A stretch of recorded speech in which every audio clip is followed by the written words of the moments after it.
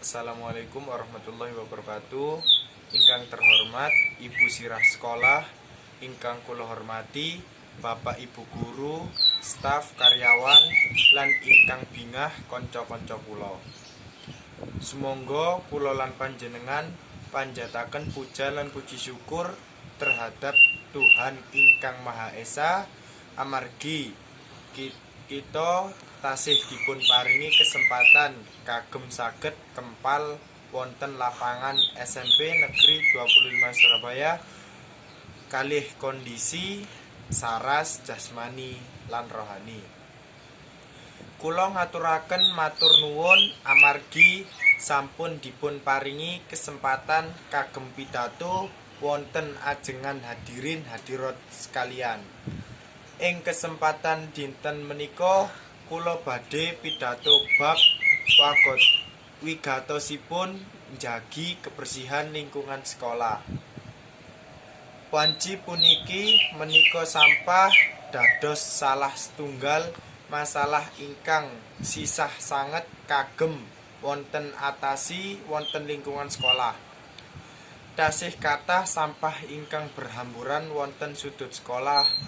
Bilih kula lan panjenengan boten ngersikaken sampah menika mila sampah punika badhe numpuk lan damel pinten-pinten masalah lan dadosaken dampak negatif.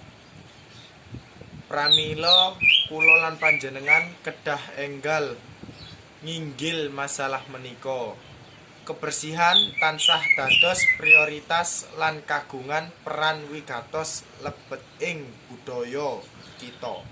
Nalika kula lan panjenengan sumerep papan utawi kelas ingkang resik badhe nyukani kita kesenangan lan kenyamanan lebet sinau.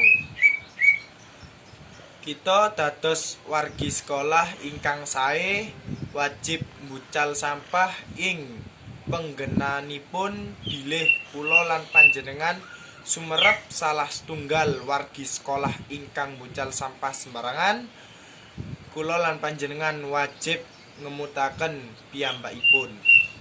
Kejawi mbucal sampah ing penggenanipun kula lan panjenengan ngawontenaken gugur gunung ingkang dipun tumuti dening sedaya wargi sekolah.